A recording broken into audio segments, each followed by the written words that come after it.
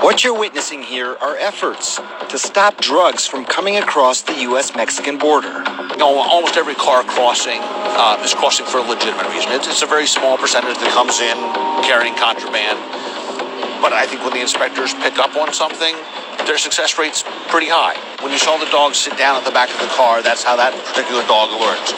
Special Agent in Charge, Scott Brown, oversees the Phoenix Field Office for Homeland Security Investigations. And drugs are a big part of what he does. So this is how it happens. I mean, what we're witnessing here is what happens every day along the southwest border of the U.S. And, the officers at the ports of entry are phenomenal. They're fantastic at identifying fresh tool marks that shouldn't be there. So a screw that's been recently turned, that there wouldn't really be a reason for it to be recently turned, they can pick up on that. I mean, they're experts at what they do. That's just human art and intelligence together. Absolutely. What they find? About 24 kilos of hard drugs. Minutes later, field testing reveals cocaine. Situations like this were a central tenet of President Trump's argument this week for a wall.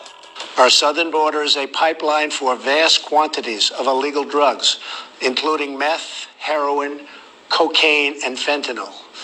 Every week, 300 of our citizens are killed by heroin alone, 90% of which floods across from our southern border. But I wanted to learn just how effective the wall would be.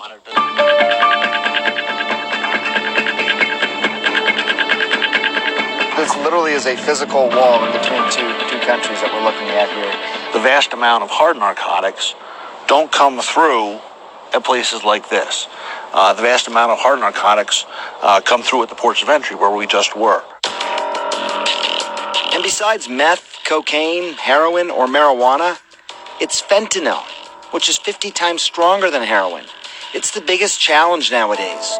The most recent numbers from the Centers for Disease Control and Prevention found that overdose deaths from fentanyl have skyrocketed at least 1,100% since 2011. In the past, cartels might try and smuggle 100 kilograms of drugs across the border. Wasn't easy to do. They were likely to get caught. But here's part of the problem. Nowadays, they could smuggle across something that looks like this. This is just a 1 kilogram bag of flour.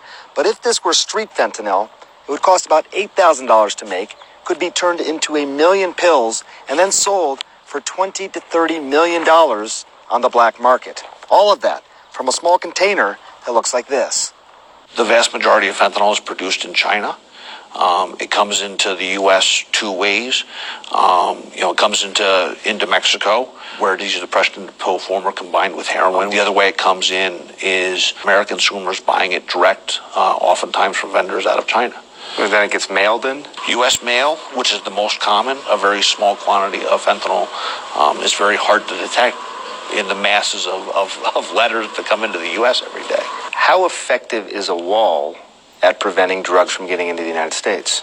In terms of hard narcotics, no, I don't know that we get it immediately safer over hard narcotics. As of right now, the vast majority of hard narcotics come in through the ports of entry in deep concealment or come in through the mail or express consignments.